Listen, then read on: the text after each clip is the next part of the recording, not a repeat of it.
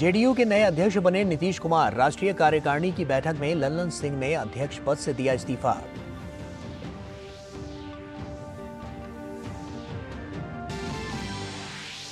उत्तर प्रदेश के मुख्यमंत्री योगी आदित्यनाथ ने अयोध्या धाम रेलवे स्टेशन का किया दौरा। प्रधानमंत्री नरेंद्र मोदी कल पहुंचेंगे अयोध्या। महर्षि वाल्मीकि इंटरनेशनल एयरपोर्ट अयोध्या धाम का करेंगे उद्घाटन।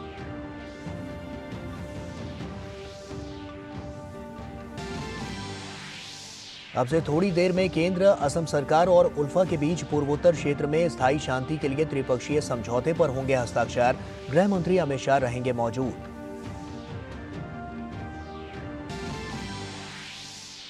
देश भर में विकसित भारत संकल्प यात्रा जारी। यात्रा से जुड़ने वाले प्रतिभागियों की संख्या 7 करोड़ के आंकड़े के पार।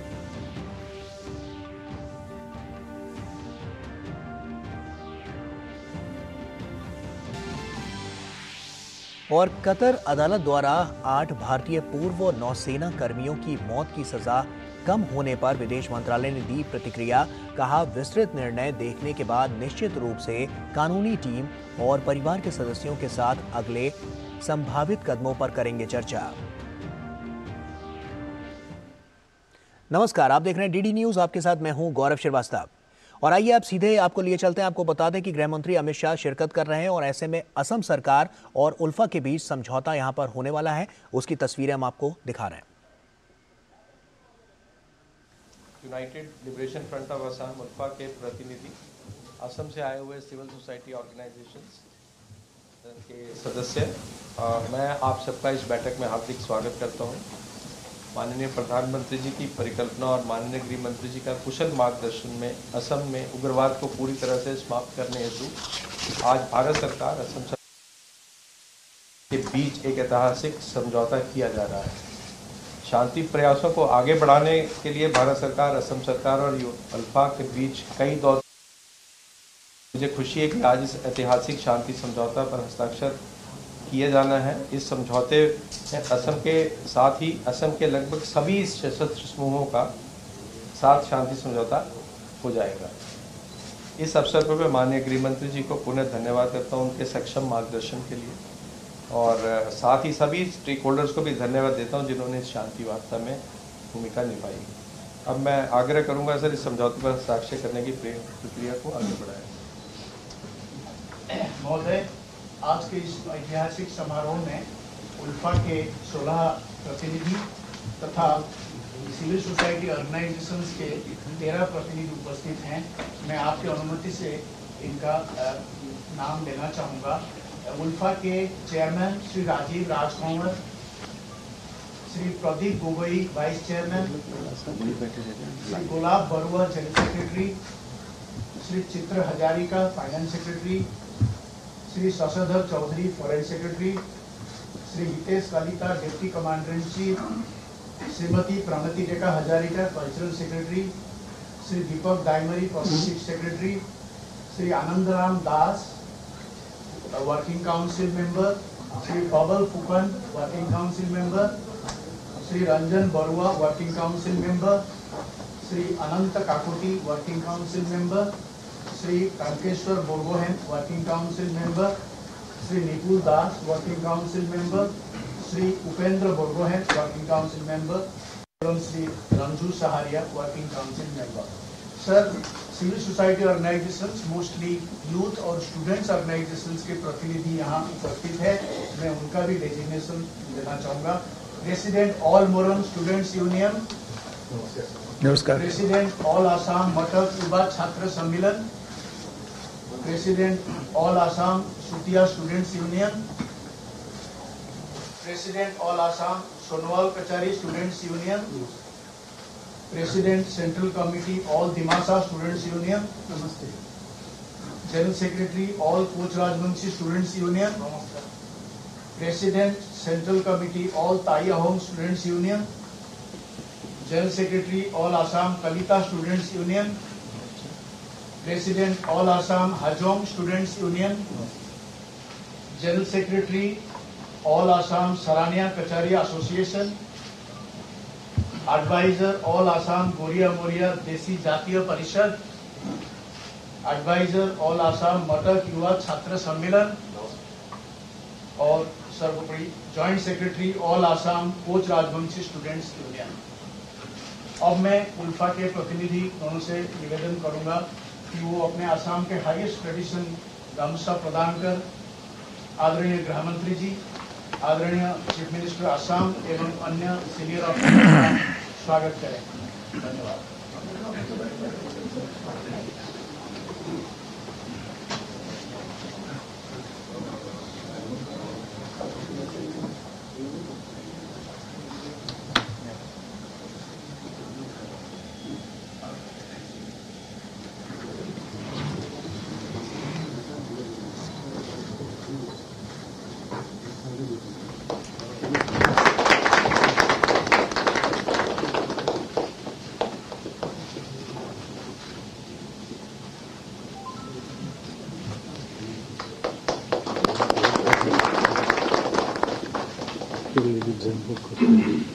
नमस्कार भाई।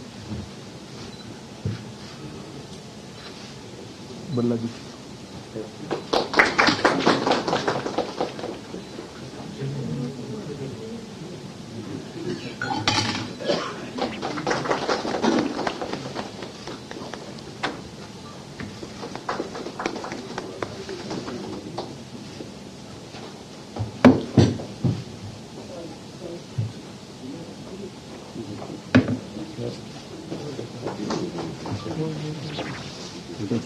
नमस्कार।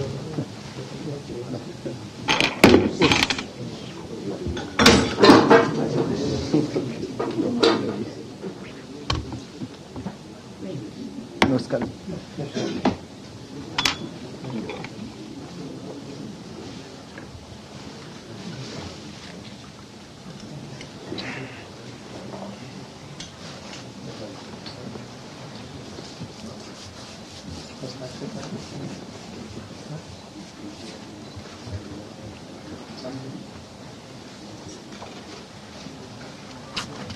समझौता ज्ञापन से हस्ताक्षर करते हैं।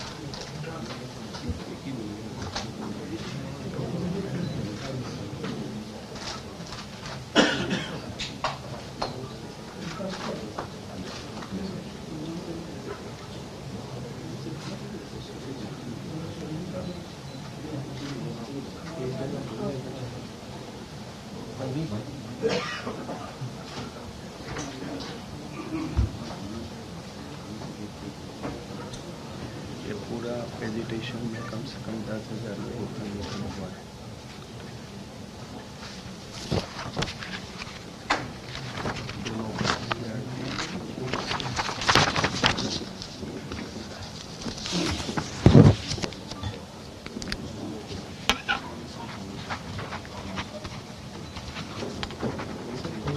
एक आदमी को बोलने के लिए कर दिया जाएगा, मैं कह दूँगा।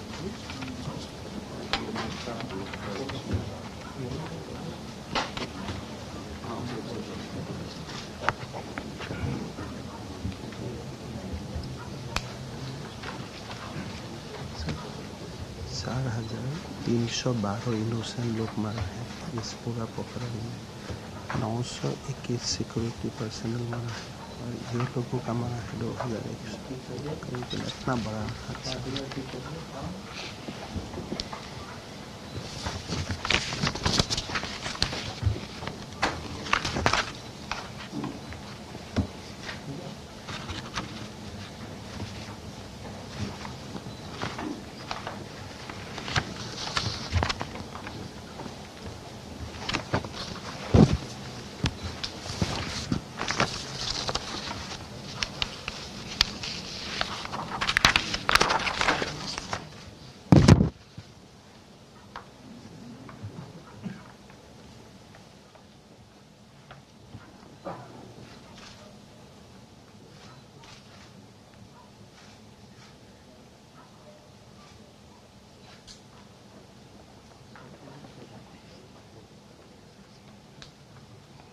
बहुत बहुत धन्यवाद। अब मैं अल्फा की तरफ से रिक्वेस्ट करना चाहूँगा कि कोई एक मिस्टर शशिधर चौधरी अगर बोलना चाहे।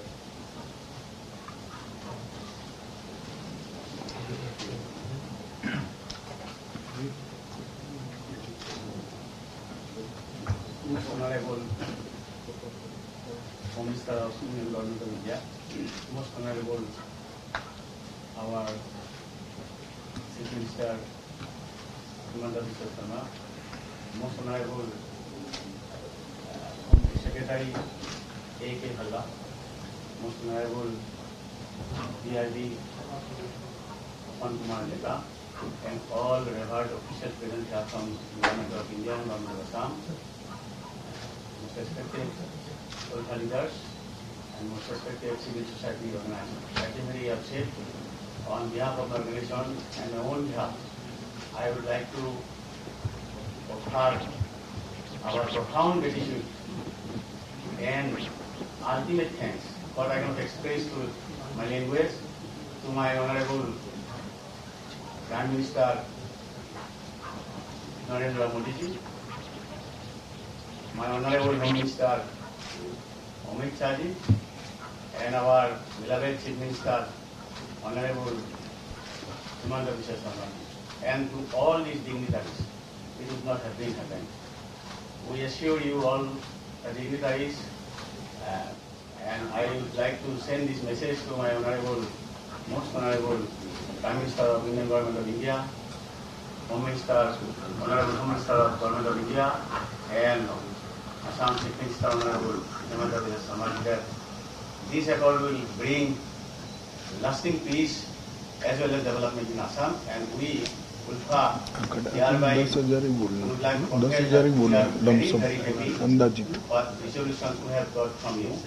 And in this territorial years of negotiation on behalf of ULFA, so many things happen, Jai, because we will not have persons to be as we were. So henceforth I apologize for any wrongdoing, sharing from our side, and hopefully I again request you, basically the most revered Minister of Union Government of India and our beloved and Honorable Chief Minister Himanta Biswa Sharma, anyhow to implement as soon as it is possible and proper. This much is thank you very much to all and thank you very much. बहुत धन्यवाद। अब मैं असम के माननीय मुख्यमंत्री जी को उनका संबोधन के लिए रिक्वेस्ट। सम्मानीय गृह मंत्री श्री अमित शाह जी, हमारे बीच में उपस्थित भारत सरकार और असम सरकार की अधिकारीगण, अल्फा का सारे delegation including chairman, vice chairman, सारे लोग, हमारे सिविल सोसाइटी से आए हुए प्रतिनिधि मंडल, आज असम के लिए और एक ऐतिहासिक दिन है। प्रधानमंत्री नरेंद्र मोदी जी का कार्यकाल में गृह मंत्री अमित शाह जी का मार्गदर्शन में हमारा असम का जो शांति का प्रक्रिया ये निरंतर चलते रहा। प्रधानमंत्री जी का आशीर्वाद हमारा पास था। आज सक्सेसफुली गृह मंत्री अमित शाह जी का एक दिखाव में हमने बोडो एकॉर्ड किया, कार्बी एकॉर्ड किया, आदिवासी एकॉर्ड किया और करीबन 8,756 जो हमारे मिलिटेंट ऑर्गेनाइजेशन में जुड़े हुए युवा साथी थे, सारे लोग मेन स्ट्रीम में आ चुका है। तीनों एकॉर्ड का अच्छा इंप्लीमेंट हुआ और तीनों एकॉर्ड से हमारा जो ट्राइबल मिलिटेंसी था ये खत्म हो चुका असम में। आज सभी मेन स्ट्रीम में है। अल्फा एक बहुत बड़ा एजिटेशन था। धीरे धीरे अल्फा ने आर्म्स को पकड़ा। एक असम का जो 1988 से इतिहास हुआ, ये इतिहास एक हिसाब से ब्लडशेड का इतिहास रहा। काफी लोग मारा गया पूरा इस दौरान टिल 98 टिल टुडे में। एक जो हिसाब आते हैं कि ये पूरा प्रकरण में 10,000 लोगों का मृत्यु हुआ। वो इसमें इनोसेंट सिविलियन थे, सिक्योरिटी पर्सनल थे और खुद अल्फा का मेंबर्स थे। सारे लोगों मिला के 10,000 जैसा लोगों का निधन हुआ।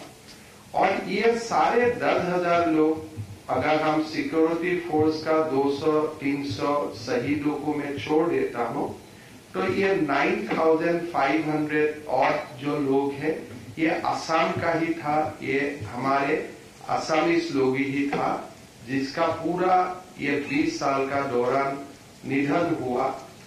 कोई खुद भी नहीं जानते हैं कि उनको क्यों मारा गया। बहुत लोगों को अपना ड्यूटी में चला गया, बम ब्लास्ट हुआ, वो मर चुका। उनका फैमिली को आज भी ये जवाब नहीं है कि मेरा हस्बैंड, मेरा बेटा को क्यों मारा गया, कोई नहीं जानते हैं। और जो लोगों को मारने के लिए बोला गया है शायद वो लोग भी नहीं जानते थे मैं इसको क्यों मार रहा हूं। ऐसा ही असम का इतिहास रहा। धीरे धीरे हिस्ट्री आगे बढ़ा। हमारा अल्फा का चेयरमैन का नेतृत्व में लोगों ने निर्णय लिया कि हम भारत सरकार का साथ बातचीत करके ये समस्या का हल करूंगा। भारत सरकार का गृह मंत्रालय ने एक बहुत ही डिसिसिव स्टेप लिया कि हम अल्फा का साथ निगोशिएट करूंगा और ये सारे जो इश्यूज है इनको एक क्लोजर तक लेके आऊंगा। आज इसी का ही फल है कि हमारा आज एकॉर्ड होने जा रहा है। ये एकॉर्ड का जरिए असम का जो लोगों का काफी सारा एस्पिरेशन फुलफिल होगा। एकॉर्ड है या एकॉर्ड नहीं है, इन जनरल 2014 से प्रधानमंत्री मोदी जी का जो आउटरीच रहा नॉर्थ ईस्ट और असम के लिए, इसका कारण असम में एक पूरा शांति का माहौल हुआ। और ये सारे जो एकॉर्ड हुआ, ये सारे एकॉर्ड का कारण ये शांति का माहौल को काफी बल मिला। गृह मंत्री अमित शाह जी का एक अपना इनिशिएटिव रहा है कि नॉर्थ ईस्ट को देश का साथ पूरा आगे ले जाना है। इसीलिए असम, त्रिपुरा, हर जगह में सारे नॉर्थ ईस्ट स्टेट में आज शांति का पहल हुआ। काफी सारे इलाका से arm force special power act का विड्रॉ हुआ। आज असम में खाली 15% इलाका में ही आपसा है, बाकी 85% इलाका से आपसा का विड्रॉ भी हो चुका है। ये एकॉर्ड का बाद मैं विश्वास करता हूं कि असम में पूरा स्थायी शांति आएगा। और ये एकॉर्ड के लिए मैं अल्फा को धन्यवाद देना चाहूंगा कि आप लोग ने ये स्वीकार किया, आप लोग ने ये निर्णय लिया कि भारत सरकार का और असम सरकार का साथ एकॉर्ड करना है। प्रधानमंत्री नरेंद्र मोदी जी ने आशीर्वाद दिया। गृह मंत्री अमित शाह जी ने खुद इसको पर्सनली सुपरवाइज किया कि सारा एकॉर्ड हो जाए, असम में शांति आए। मैं असम वासियों का ओर से आज का ऐतिहासिक दिन में प्रधानमंत्री नरेंद्र मोदी जी को धन्यवाद देता हूं और गृह मंत्री अमित शाह जी को मैं धन्यवाद देता हूं और साथ में अल्फा का नेतागण को भी मैं धन्यवाद देता हूं आज का ये हिस्टोरिकल एकॉर्ड के लिए। ये एकॉर्ड में काफी सारे चीज है जो असम गवर्नमेंट को इम्प्लीमेंट करना है, काफी सारे चीज है जो भारत सरकार को इम्प्लीमेंट करना है। अभी तक मेरा जो एक्सपीरियंस रहा, बोडो एकॉर्ड, कार्बी एकॉर्ड, आदिवासी एकॉर्ड, सारे एकॉर्ड को 100% इम्प्लीमेंट करने के लिए गृह मंत्रालय ने काम किया। हमेशा हमें मार्गदर्शन मिला और असम सरकार ने भी इसको इम्प्लीमेंट करने के लिए सारे कदम उठाया। मैं विश्वास का साथ बोल सकता हूं कि ये अल्फा का जो एकॉर्ड है, माननीय गृह मंत्री अमित शाह जी का आशीर्वाद से भारत सरकार और असम सरकार दोनों 100% इम्प्लीमेंट करने का कोशिश करेगा और इम्प्लीमेंट भी होगा। मैं आज का यह ऐतिहासिक दिन में पुनः एक बार जो हमारे सिटीजन ने, हमारे असम वासियों ने ये पूरा समय में अपने आप को बलिदान दिया, मैं सारे परिवारजनों को पुनः एक बार विश्वास दिलाता हूं कि हम लोग सब असम को एक बेहतर प्रदेश बनाऊंगा। भारत वर्ष का अंदर में असम को एक शक्तिशाली प्रदेश बनाऊंगा और आप लोगों का जो बलिदान रहा, ये बलिदान को हमने आगे रखते हुए असम को शांति, प्रगति और विकास का ओर लेके जाऊंगा। पुनः एक बार मैं आज का ये हिस्टोरिकल ओकेजन में असम वासियों को मैं पुनः नमन करता हूं। प्रधानमंत्री नरेंद्र मोदी जी और गृह मंत्री अमित शाह जी को धन्यवाद देता हूं। बहुत बहुत धन्यवाद। बहुत बहुत धन्यवाद माननीय मुख्यमंत्री जी। अब मैं माननीय केंद्रीय गृह मंत्री जी को रिक्वेस्ट करते हूँ। आज के इस ऐतिहासिक समारोह में मेरे साथ उपस्थित असम के लोकप्रिय मुख्यमंत्री श्रीमान हेमंत विश्व शर्मा जी, भारत सरकार के गृह सचिव श्रीमान बल्ला जी, आर सूचना ब्यूरो के चीफ श्री डेका जी, उल्फा के सारे प्रतिनिधिगण,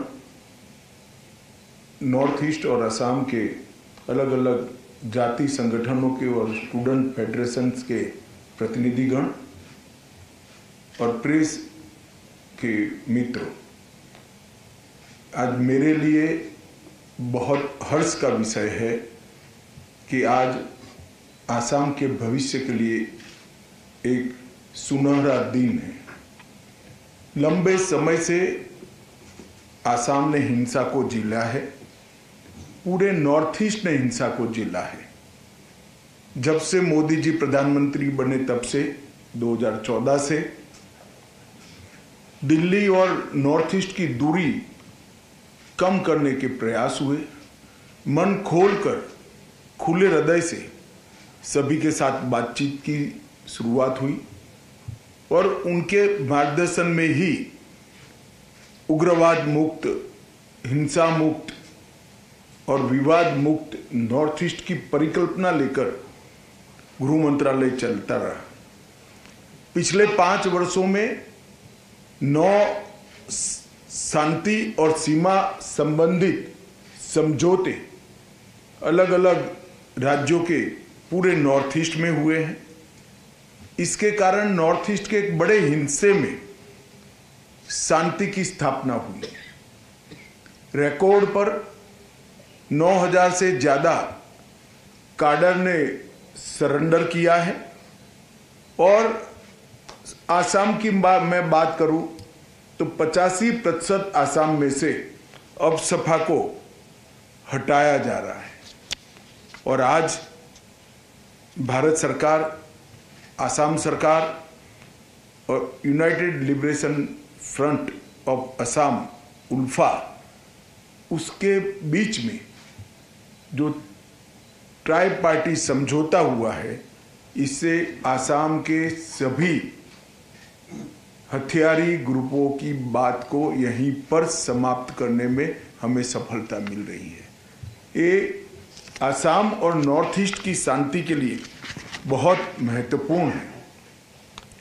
आज इस एमओयू के माध्यम से उल्फा के प्रतिनिधियों ने सभी हथियार और गोला बारूद को आत्मसमर्पण करने के लिए, सशस्त्र संगठन को भंग करने के लिए, कैडरों के कब्जे वाले सभी शिविर को अतिशीघ्र खाली करने के लिए और लोकतांत्रिक प्रक्रिया में शामिल होने के लिए, देश की एकता और अखंडता में सहभागी होने के लिए सबने सहमति दी है। ये मेरे लिए बहुत आनंद का विषय है।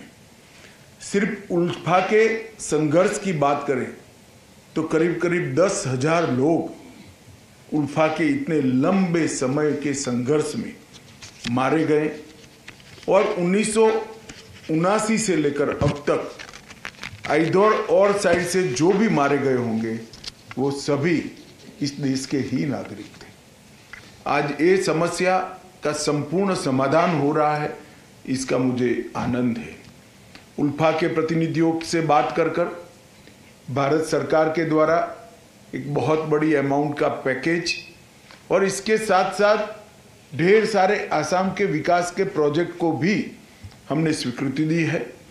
मैं आप सभी को विश्वास दिलाना चाहता हूं कि समझौते की एक एक बात का फुल स्टॉप कॉमा में टाइम बाउंड मैनर में अमल किया जाएगा और आपके विश्वास पर नरेंद्र मोदी सरकार खरी उतरेगी, ये मैं आपको विश्वास दिलाना चाहता हूं। मित्रों, आसाम की ही बात करें तो मोदी जी की सरकार बनने के बाद घटनाओं में 87% की कमी हुई, मृत्यु में 90% की कमी हुई है और अपहरण में 84% की कमी हुई है और अकेले आसाम में अब तक 7500 कैडर ने सरेंडर किया है और इसमें आज 700 की संख्या बढ़ जाएगी। तो अकेले आसाम में 8200 कैडर का सरेंडर होना ये आसाम के लिए शांति के नए युग का सूत्रपात है। समझौते जो हुए, समझौते से समाधान तक की पूरी यात्रा को मैं जरूर बताना चाहूंगा। 2019 में NLFT के साथ त्रिपुरा में समझौता हुआ, 2020 में ब्रू समझौता हुआ, 2020 में बोडो समझौता हुआ, 2021 में कार्बी समझौता हुआ, 2022 में आदिवासी समझौता हुआ, 2022 में आसाम मेघालय अंतर्राज्यीय सीमा का समझौता हुआ, 2023 में असम अरुणाचल अंतर्राज्यीय सीमा का समझौता हुआ, 2023 में दिमासा शांति समझौता हुआ और अभी 2023 में यूनाइटेड नेशनल लिबरेशन फ्रंट का समझौता हुआ और आज उल्फा के साथ समझौता हो रहा है। मैं मानता हूं कि पूरे नॉर्थ ईस्ट और विशेष कर आसाम के लिए एक शांति के नए युग की शुरुआत होने जा रही है। मैं आज उल्फा के सभी प्रतिनिधि को हृदय से विश्वास दिलाना चाहता हूं कि आपने जो भरोसा भारत सरकार पर रखा है, भारत सरकार के गृह मंत्रालय की ओर से आपकी मांग किए बगैर ही इस सारी चीज़ों को पूरी करने के लिए एक टाइम बाउंड मैनर में प्रोग्राम भी बनाया जाएगा और हम गृह मंत्रालय के अंतर्गत एक कमिटी भी बनाएंगे जो आसाम सरकार के साथ रहकर ये पूरे समझौते को पूरा करने का प्रयास करें, समयबद्ध तरीके से पूरा करें। हमने बोडो के साथ किया या ब्रू के साथ किया या त्रिपुरा में किया, सभी समझौतों को 19 के बाद जितने समझौते हुए हैं हम समय से आगे हैं, कहीं पर समय से पीछे नहीं है। समय से पहले ही हमने समझौते की शर्तों को पूरा करने का प्रयास किया है। आज एक ऐतिहासिक घटना जो आकार ले रही है उसके लिए सबसे पहले मैं देश के प्रधानमंत्री नरेंद्र मोदी जी को बहुत बहुत बधाई देना चाहता हूं, क्योंकि इनके ब्रॉडर विजन उग्रवाद मुक्त नॉर्थ ईस्ट के बगैर ये संभव नहीं था। असम के मुख्यमंत्री, असम के अधिकारी, हमारे गृह सचिव, DIB और उनके तहत काम करने वाली पूरी नेगोशिएशन करने वाली ऑफिसरों की टीम ने बहुत अच्छा काम किया है। और इस समझौते में सबसे बड़ा यश अगर किसी को जाता है तो उल्फा के प्रतिनिधियों को जाता है, जिन्होंने बहुत बड़े मन के साथ ये समझौता किया है और विश्वास रखकर शांति की दिशा में आगे बढ़ने का फैसला किया है। मैं फिर से एक बार सभी को बहुत बहुत बधाई देना चाहता हूं और विश्वास दिलाता हूं कि समझौते की सारी बातें समयबद्ध तरीके से पूरी की जाएगी। आप सभी का बहुत बहुत धन्यवाद। गृहमंत्री का बहुत बहुत धन्यवाद। आप लोग भी फोटो खिंचाने के लिए आते फोटो सर आप पीछे आ जाइए सर।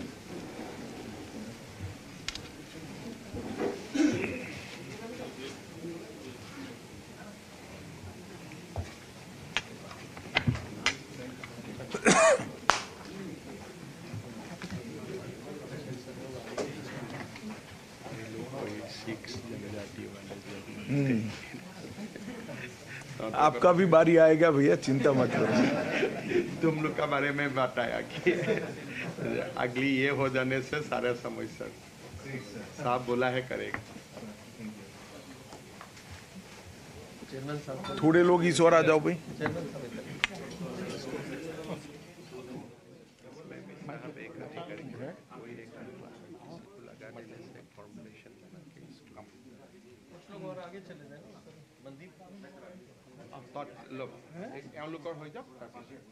चलो भाई।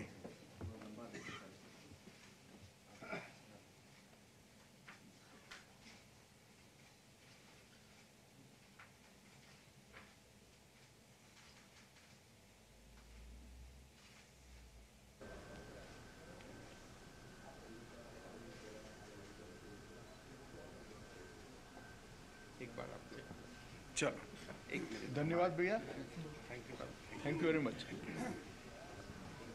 ये लोग सबको एक टाटी उठिला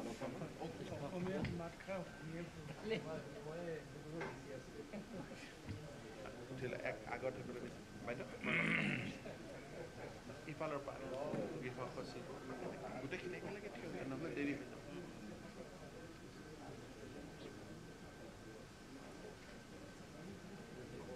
थोड़ा इधर आगे सर नीचे कर दो, नीचे बैठ जाओ। हाँ ऐसे।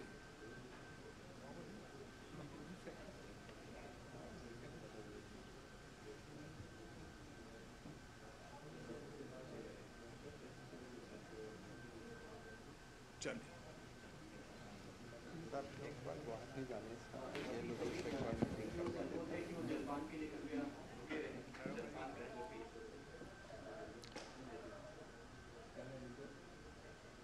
तो उल्फा के साथ ये त्रिपक्षीय जो समझौता हुआ है काफ़ी महत्वपूर्ण है, क्योंकि केंद्र और असम सरकार और उल्फा के बीच ये पूर्वोत्तर क्षेत्र में स्थायी शांति के लिए ये त्रिपक्षीय समझौता हुआ है। और शांति स्थापित करने के लिए पूर्वोत्तर राज्यों में साफ तौर पर असम की जब हम बात करते हैं तो असम में इस ओर ये इशारा कर रहा है कि आने वाले समय में अब एक मजबूत भारत का जो निर्माण हो रहा है उसमें ये एक नींव का काम करता हुआ नजर आएगा। क्योंकि कहीं ना कहीं जिस तरह से वहां पर जो दशकों पुराने उग्रवाद को खत्म करने की जो कवायद थी उसमें आज मोहर लगती हुई नजर आई है, उस पर आज हस्ताक्षर हुए हैं और साफ तौर पर शांति समझौते को लेकर आने वाले कल के लिए एक मजबूत और विकसित भारत के निर्माण में एक अहम कदम यह साबित होता हुआ नजर आ रहा है। तो ऐसे में साफ तौर पर गृह मंत्री अमित शाह की निगरानी में यहां पर इस पर हस्ताक्षर किए गए हैं और कहीं ना कहीं यह पहल आने वाले समय में एक मजबूत भारत का निर्माण करती हुई नजर आ रही है और आज का दिन बेहद महत्वपूर्ण ये पूरा क्षण।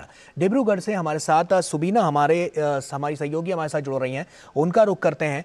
और सुबीना, जिस तरह से हम देख रहे हैं, क्योंकि जिस तरह से अशांति वहां पर जो फैली हुई थी, लेकिन प्रधानमंत्री नरेंद्र मोदी के नेतृत्व में लगातार वहां पर हमने विकास की एक इबारत लिखने का जो सिलसिला था वो हमने बदस्तूर देखा। ऐसे में आज का ये दिन, आज का ये क्षण कितना महत्वपूर्ण हो जाता है और कितनी महत्वपूर्ण ये पूरी पहल है आने वाले कल के लिए? जी सौरभ, जैसे आज का दिन जो है बहुत ही महत्वपूर्ण है असम के लिए। जैसे कि हमारे गृह मंत्री जी ने कहा कि ये एक नए युग की स्थापना करेगा कि स्थायी शांति के लिए। जैसे कि आप जानते हैं कि असम जो है नॉर्थ ईस्ट का गेटवे माना जाता है, तो असम में अगर शांति होगा तो साधारण सी बात है कि पूरे पूर्वोत्तर राज्यों में भी शांति बहाली होगी। तो जैसे ही जैसे ये पीस एग्रीमेंट हुआ है और जैसे कि हमारे भारत सरकार ने भी कहा है कि टाइम बाउंड मैनर में जो भी उनके ग्रीवांसेस थे प्रो अल्फा ग्रुप्स के, वो भी कंसीडर किया जाएगा और उनकी जो भी मांगे हैं उनको सरकार पूरी तरीके से पूरा करने की कोशिश करेगी। और इसी के साथ जो इतने सालों से जो ट्राइबल मिलिटेंसी का दौर रहा है असम में, जिसमें कई सारे लोग मारे गए, जैसे कि हमारे असम के सीएम साहब ने कहा कि अराउंड 10,000 पीपल मारे गए, तो उन्हों को भी श्रद्धांजलि दिया गया। तो काफी सारे लोग जो सफर किए हैं इस मिलिटेंसी ग्रुप के दौरान, वो आज खत्म हो रहा है और असम के लोग बहुत ही खुश होंगे, क्योंकि असम जो है बहुत ही एथनिक ग्रुप्स से बना हुआ है। बहुत अलग कम्युनिटीज के लोग यहाँ पे रहते हैं और जैसे ही यहाँ पे शांति का माहौल बनेगा, वैसे ही यहाँ पे इकोनॉमिक डेवलपमेंट होगा। तो इकोनॉमिक डेवलपमेंट और फिर कल्चरल, यहाँ का बायोडाइवर्सिटी हॉटस्पॉट है असम, तो वो भी हम उसमें बढ़ोतरी होते हुए देखेंगे। टूरिज्म में बढ़ोतरी होते हुए देखेंगे। जैसे कि यहाँ का टी इंडस्ट्री भी फेमस है, उसमें भी काफी हमें उन्नति देखने को मिलेगा। और यहाँ पे काफी सारी कल्चरल हेरिटेज साइट्स है जिनको अगर प्रोत्साहन मिले तो ये काफी इकोनॉमिकली जो है असम और पूरे पूर्वोत्तर राज्यों के लिए अच्छा होगा। बिल्कुल। जैसे कि हमारी जी सुबीना, वापस आऊंगा आपके पास। और अभी विकास सारथी भी हमारे सहयोगी हमारे साथ जुड़े हुए हैं। विकास, साफ तौर पर जिस तरह की बातें गृह मंत्री अमित शाह ने कही है और आने वाले समय की जब हम बात करते हैं और आज के दिन की बात करते हैं, तो कहीं ना कहीं राजनीतिक स्तर से देखें, इसके अलावा आर्थिक दृष्टि से देखें, तो कहीं ना कहीं असम को लेकर जो बातें हैं वो अब और विकासशील प्रगति की ओर इशारा कर रही हैं। सीधे पहले तो इसके लिए धन्यवाद दिया प्रधानमंत्री नरेंद्र मोदी को कि उनके विजन में ये एक प्रक्रिया शुरू हुई 2014 में कि दिल्ली और असम और बाकी पूर्वोत्तर राज्यों के बीच की भी जो दूरी है, जो मन की दूरी है, उसको कम किया जा सके। दूसरी बात यहाँ पर ये भी रखी गृह मंत्री ने कि अगर आप इस हिंसा के शिकार लोगों को देखें, जो 8-10 हजार से ज्यादा लोग जो मारे गए, होम मिनिस्टर ने कहा कि वो भी इसी देश के नागरिक थे और ये शांति समझौता सुनिश्चित करेगा कि पूर्वोत्तर भी बाकी देश की तरह विकास के रास्ते पर आगे बढ़े, प्रगति हो। और इसके अलावा होम मिनिस्टर ने एक बहुत महत्वपूर्ण बात यहाँ पर कही कि एक कमेटी गठित की जाएगी जो इस एग्रीमेंट में कही गई बातों को समयबद्ध तरीके से सुनिश्चित हो, इस पर लगातार नजर रखेगी कि ये इसमें जो भी बातें कही गई हैं उनका अक्षरशः पालन होगा। जो भी वादे किए गए हैं डेलीगेशन से, उस पर सरकार खरी उतरेगी। और उन्होंने इसके लिए भी उल्फा के प्रतिनिधियों का भी धन्यवाद जताया कि उन्होंने भारत सरकार के प्रयासों को समझा, उस पर भरोसा किया और वो इस शांति वार्ता में शामिल हुए। और इसी के साथ एक और यहाँ पर महत्वपूर्ण बात कही गई गृह सचिव की ओर से भी कि अब आप ये माने कि असम में जो भी इस तरह के अलगाववादी गुट थे वो अब लगभग पूरी तरह खत्म हो गए हैं। तो आप कह सकते हैं कि असम में अब पूरी तरह एक दीर्घकालिक स्थायी शांति का जो रास्ता था वो साफ हो गया है आज के समझौते के साथ ही। और इस समझौते में ये भी कहा गया है कि जो जिन इलाकों में उल्फा का जो कंट्रोल था या कुछ वहां पर वो हिंसा की वारदातें कर रहे थे वो नहीं होगी। अगर कोई सिविलियन उनकी गिरफ्त में है उसको रिहा किया जाएगा शीघ्र से शीघ्र। और जो भी उनके पास हथियार, जो भी एक्सप्लोजिव हैं, उनको सौंपा जाएगा एजेंसीज को, तो स्थायी शांति बहाली की दिशा में एक बहुत बड़ा कदम है। असम के साथ साथ बाकी पूर्वोत्तर के अन्य राज्यों के लिए जो समझौते किए गए उनका भी यहाँ पर जिक्र किया गृह मंत्री ने कि किस तरह से अब तक 9 कम से कम 9 ऐसे शांति समझौते या सीमा का जो विवाद रहता है पूर्वोत्तर राज्यों में एक दूसरे के बीच सीमा के बंटवारे को, सीमा को लेकर के, उसको लेकर के समझौते किए गए हैं और ये सुनिश्चित किया जा रहा है कि पूरे पूर्वोत्तर में एक शांति का माहौल लगातार ऐसे ही बना रहे। बिल्कुल विकास, आप बने रहिए हमारे साथ। सुबीना का रुख कर लेते हैं। सुबीना, जैसा कि हम देख रहे हैं कि सांस्कृतिक सुरक्षा की जब बात करते हैं और भूमि अधिकार की जब बात करते हैं तो यहाँ पर ये कितना बड़ा इम्पैक्टफुल होगा आने वाले समय में, क्योंकि कहीं ना कहीं इससे जो अब शांति की एक नई इबारत लिखने के जो सिलसिला है वो शुरू हो जाएगा, तो वहां के लोगों को कितनी सहूलियत होगी? जी, असम की जैसे कि बहुत ही एक सुंदर राज्य है और यहाँ पे जो कल्चरली कहे या आप नेचुरली भी कहे बहुत ही रिच है यहाँ के रिसोर्सेज, लेकिन माइग्रेशन की वजह से काफी सफर किया है ये राज्य। तो इस दिशा में अगर जो इंडिजिनस लोगों के लिए कुछ जो भी स्टेप्स लिए जाएंगे वो बहुत ही हेल्पफुल रहेगा कि जो यहाँ के जो लोग हैं उनकी जो संरक्षण, जो लैंड संरक्षण हो गया या उनकी जो कल्चरल हेरिटेज को प्रिजर्व करने के लिए ये जो पीस एग्रीमेंट है बहुत आगे तक जाएगी। तो ऐसे में जैसा वहां पे जो स्थितियां हैं, क्योंकि हमने देखा कि प्रधानमंत्री नरेंद्र मोदी ने जिस तरह से अपनी नजरें वहां पर बनाकर रखी थी और गृह मंत्रालय का इसमें बहुत बड़ा योगदान, गृह मंत्री का बड़ा योगदान वहां पर देखने को मिला, क्योंकि साफ तौर पर उनकी नजर वहां पर थी कि वहां पर जो शांति व्यवस्था है उसको और ज्यादा दुरुस्त किया जा सके। तो कहीं ना कहीं इस कवायद के जरिए हम कह सकते हैं कि वहां पर जो पहले जैसी स्थितियां थी उस पर बहुत ज्यादा अंकुश लगाने में कामयाबी पाई गई। हाँ, जैसे कि आप जैसे असम की बात कहें तो 90s में जब मिलिटेंसी पूरा पीक पे था तो बहुत ही माहौल डेंजरस था, यहाँ पे कोई भी आने से नॉर्थ ईस्ट में डरता था। लेकिन जैसे जो कि हमारे पीएम का आउटरीच इनिशिएटिव रहा, जैसे कि हमारे सीएम ने कहा, तो उसके बाद से काफी माहौल अच्छा बना है। यहाँ पे इकोनॉमिक एम्प्लॉयमेंट अपॉर्चुनिटीज बढ़ी है। असम सरकार ने हाल ही में काफी सारे लोगों को एम्प्लॉयमेंट दिया है। और अगर आप डेवलपमेंट, इंफ्रास्ट्रक्चर डेवलपमेंट के बारे में बात करें तो काफी सारे जगह में बड़े बड़े रोड्स बन रहे हैं। बिल्कुल, चलिए विकास का रुख कर लेते हैं। विकास भी हमारे सहयोगी लगातार हमारे साथ जुड़े हुए हैं।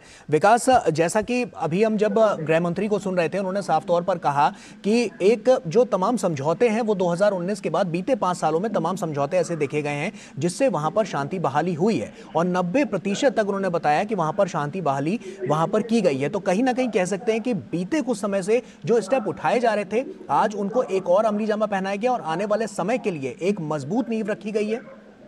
बिल्कुल गौरव, यहाँ पर सीधे सीधे जो भी कार्रवाई की गई है इस तरह के समझौतों की या सीमा को लेकर के जो विवाद रहता है उसको दूर करने के लिए जो समझौते किए गए हैं, आपने बिल्कुल सही कहा, पिछले 5 साल में इस तरह के 9 शांति और सीमा समझौते हुए हैं और इससे एक विश्वास बहाली हुई है लोगों में और इसी वजह से 9000 से ज्यादा लोगों ने सरेंडर भी किया है।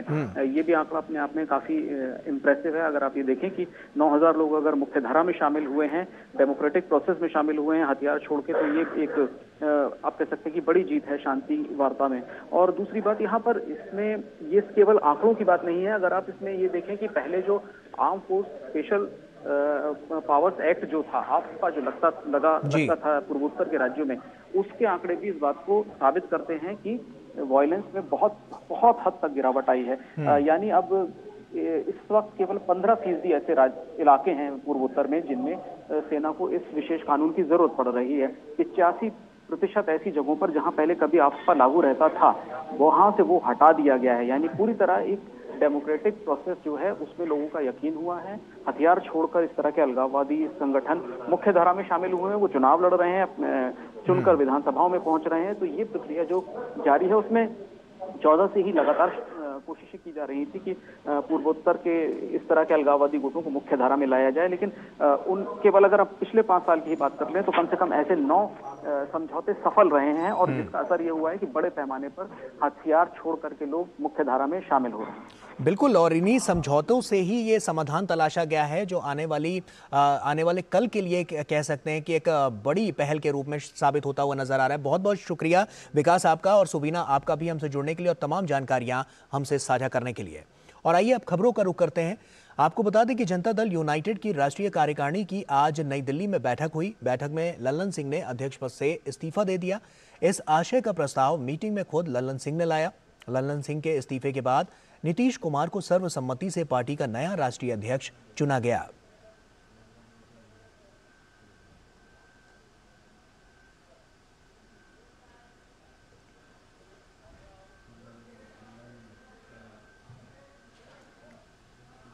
और जनता दल यूनाइटेड के अध्यक्ष पद से लल्लन सिंह के इस्तीफे पर भाजपा लगातार जेडीयू को घेर रही है। भाजपा का कहना है कि ये इंडी गठबंधन और जेडीयू के अंदर चल रही उथल पुथल का परिणाम है, जिसका बिहार की राजनीति पर कोई असर नहीं पड़ने वाला। बीजेपी जेडीयू की सरकार चल रही थी, बिहार में अच्छा काम हो रहा था, उद्योग रोजगार में काम हो रहा था, हमें छोड़कर वो गए थे आरजेडी की तरफ, लेकिन आरजेडी ने उनको अच्छा सिला दिया, उनको जो वादा किया उसे तोड़ दिया।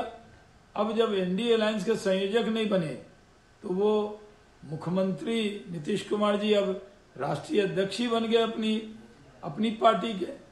और बिहार में क्योंकि बीजेपी 40 की 40 सीट जीतने वाली है, तो जो हार होगा उसका ठिकरा भी उन्हीं के कंधे पर फोड़ा जाएगा। तो इससे कोई फर्क बिहार में पड़ने वाला नहीं है।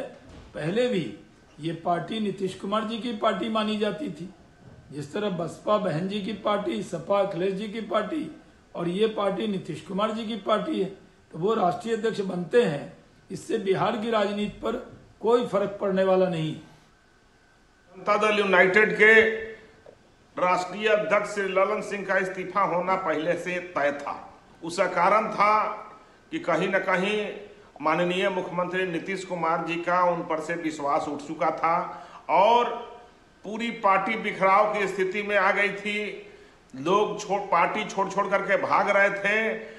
कहीं न कहीं पूरा जदयू त्रस्त था और एक लग रहा था कि जनता दल यूनाइटेड राजद के यहाँ गिरवी रखा हुआ है और दोनों टाइम चरण वंदना चल रहा है, जिसके चलते मुख्यमंत्री जी को ये कदम उठाना पड़ा होगा। और जनता दल यूनाइटेड वैसे भी अब बिखर चुका है।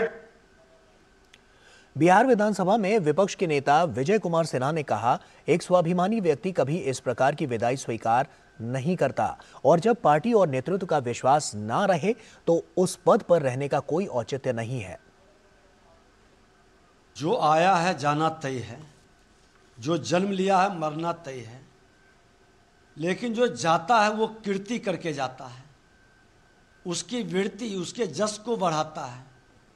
लेकिन इनकी विदाई जिस तरह से हुई है, इनका जो वृत्ति था इनके कीर्ति को घटा दिया। एक स्वाभिमानी व्यक्ति कभी इस तरह का विदाई स्वीकार नहीं करता है। जब पार्टी का विश्वास नहीं रहे, नेतृत्व का विश्वास नहीं रहे, उस पद पर रहने का कोई औचित्य नहीं रहेगा। इनको पहले ही इस्तीफा कर देना चाहिए था। इस तरह से प्रेस मीडिया लोगों के बीच अपनी दुर्गति करा के जाना, मुझे अफसोस है, हमारे क्षेत्र के सांसद हैं, ये कतई उचित नहीं है। और वहीं इंडी गठबंधन के लिए पीएम चेहरे के लिए नीतीश कुमार के नाम पर कभी सहमति बनना असंभव है, जिसके लिए उन्होंने कांग्रेस पर वंशवाद की सियासत करने का आरोप लगाया। इंडी गठबंधन ये वंशवादी और भ्रष्टाचारियों की जमात में नीतीश कुमार का चेहरा कैसे बनेगा? एक वंशवादी भ्रष्टाचारी कैसे नीतीश कुमार को चेहरा मानेगा?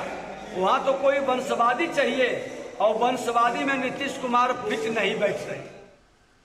जेडीयू के राष्ट्रीय अध्यक्ष लल्लन सिंह के इस्तीफे को लेकर पूर्व केंद्रीय मंत्री और राष्ट्रीय लोक जनता दल के प्रमुख उपेंद्र कुशवाहा ने सवाल उठाया है। उन्होंने कहा कि लल्लन सिंह चुनाव लड़ने का बहाना बनाकर इस्तीफा देने की बात कह रहे हैं, लेकिन सच बात तो यह है कि उनकी आरजेडी के साथ बढ़ती नजदीकी को लेकर ऐसा हुआ है। साथ इतने साल से है इसका कोई मतलब नहीं।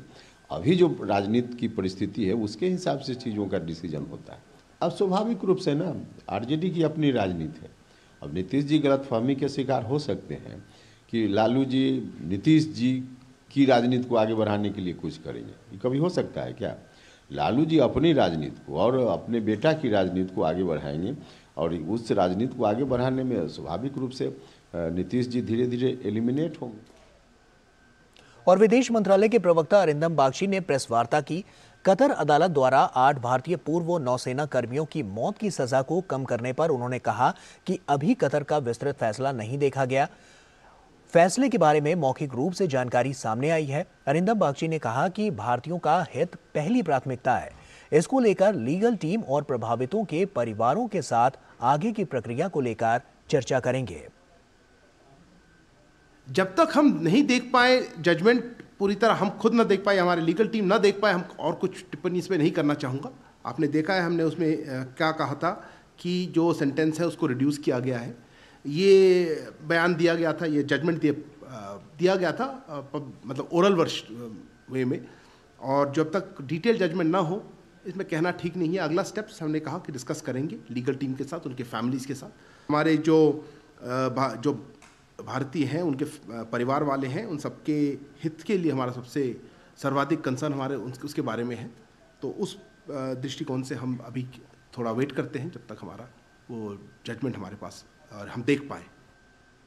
और पाकिस्तान द्वारा आतंकवादी संगठनों को संरक्षित करने की नीति पर अरिंदम बागची ने कहा कि हम किसी भी देश की आंतरिक मामलों पर टिप्पणी नहीं करते, लेकिन भारत उन सभी घटनाक्रमों पर कड़ी नजर रखे हुए है जिससे हमारे देश की सुरक्षा प्रभावित होती है।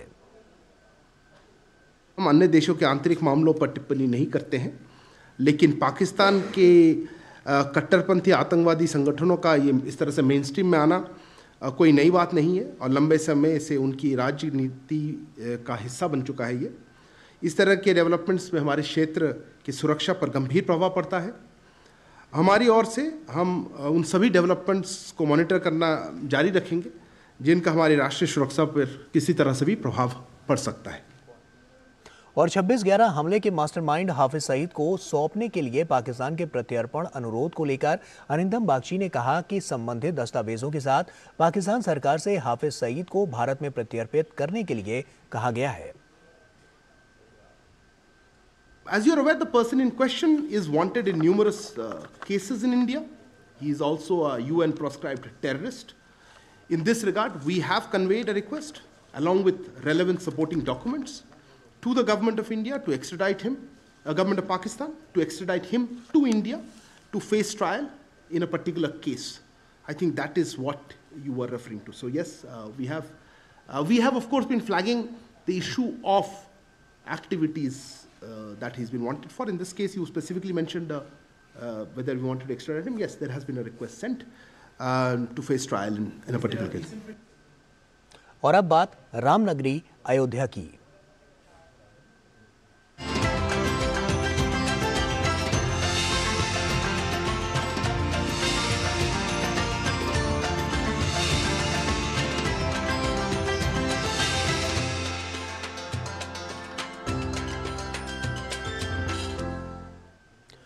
अयोध्या दौरे पर पहुंचे उत्तर प्रदेश के मुख्यमंत्री योगी आदित्यनाथ ने रामलला मंदिर में पूजा अर्चना की।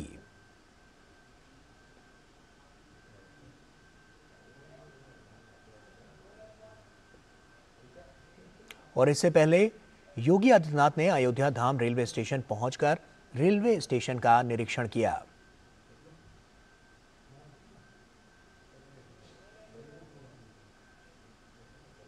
साथ ही योगी आदित्यनाथ ने हनुमानगढ़ी मंदिर में पहुंचकर पूजा अर्चना की।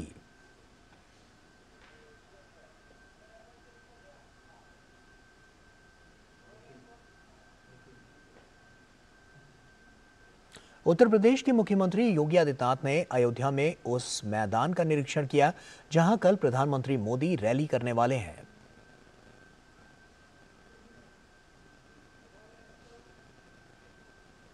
और वहीं इस दौरान योगी आदित्यनाथ ने सेल्फी भी ली।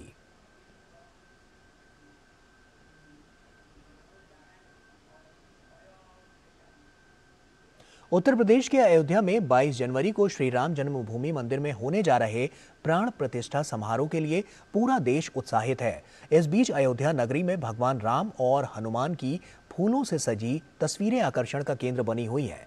अयोध्या की बुजुर्ग महिलाओं ने डीडी न्यूज के साथ विशेष बातचीत करते हुए कहा कि वो उनके जीवन की सबसे बड़ी उपलब्धि है। हमें दीजिए इजाजत, आप देखिए हमारी इस खास रिपोर्ट को। नमस्कार।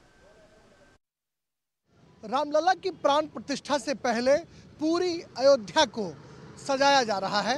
एयरपोर्ट से लेकर रेलवे स्टेशन तक जहां अयोध्या को फूलों से सजाया जा रहा है, वहीं आप देख सकते हैं कि जो सड़कों का निर्माण है, फ्लाईओवर्स का निर्माण है, उस काम को भी अंतिम रूप देने की कोशिश की जा रही है। पूरी अयोध्या जो है वो कायाकल्प उसका किया जा रहा है। अयोध्या पूरी तौर पर सज धज कर तैयार है। सुरक्षा के कड़े बंदोबस्त के बीच आप देख सकते हैं कि अयोध्या रेलवे स्टेशन और एयरपोर्ट तक साज सज्जा जो है वो देखते हुए बन रही है। प्रधानमंत्री नरेंद्र मोदी यहाँ पर एयरपोर्ट और रेलवे स्टेशन के शुभारंभ के लिए पहुँचेंगे और शनिवार को एक भक्तिमय माहौल भी यहाँ पर देखने को मिलेगा। भगवान राम की जन्मस्थली अयोध्या और माता सीता जो है वो जानकी, उनकी जन्मभूमि जो है वो मिथिलांचल है। और यहाँ पर देखिए माता जानकी के रूप में अयोध्या की महिलाएं जो हैं वो यहाँ पर खड़ी हैं। क्या सोचती हैं, कैसा लग रहा है? भगवान राम के मंदिर का उद्घाटन होने वाला है 22 जनवरी को, प्रधानमंत्री कल आ रहे हैं। कितना बड़ा खुशी है, कितनी बड़ी खुशी? हम लोग का बहुत खुशी है जौन है। बहुत दिन से हम लोग आशा लगाए रहे कि हम लोग का बिगड़त देखा गया है सब चीज़ और बनत भी देखा मिल जाए तो हम लोग का बहुत धन्यवाद होए। रामचंद्र जी का वो होगा दीप उत्सव, तो उसमें खुशी, बहुत सारी खुशी होगी, सबको खुशी, पूरी अयोध्या को। राम का फिर से राज्याभिषेक, राम का राज फिर से होगा। कितने दिन के बाद इंतजार से भगवान जी आने वाले हैं, आ गए हैं, बस कुछ ही पल का इंतजार है, आ जाएंगे और खुशी होगी पूरी अयोध्या। क्या कहना चाहती हैं अम्मा? यही कहना चाहते हैं कि बहुत अच्छी है, बहुत खुशी है, बहुत खुशी है।